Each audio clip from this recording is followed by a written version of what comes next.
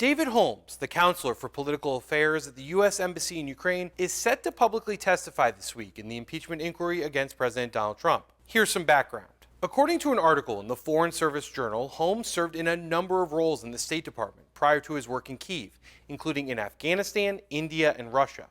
In 2014, he won an award from the American Foreign Service Association for raising concerns about how the division of authority between different parts of the State Department with respect to policy in South Asia had hindered our diplomatic effectiveness. Today, his office is tasked with improving ties between the U.S. and Ukraine and encouraging anti-corruption reforms, among other goals. Holmes became a figure in the impeachment investigation after acting U.S. Ambassador to Ukraine Bill Taylor publicly testified that Holmes had overheard a key phone call. Taylor testified that Holmes heard a conversation between President Trump and U.S. Ambassador to the EU Gordon Sondland the day after the July 25th phone call between President Trump and Ukrainian President Volodymyr Zelensky. Holmes testified to House members that he heard President Trump ask Sondland if Zelensky's going to do the investigation. Sondland reportedly replied that Zelensky's going to do it, adding that he'd do anything asked of him. After the phone call, Holmes asked Sondland for his candid impression of the president's views on Ukraine. He says Sondland replied that President Trump only cares about big stuff that benefits the president, like the quote-unquote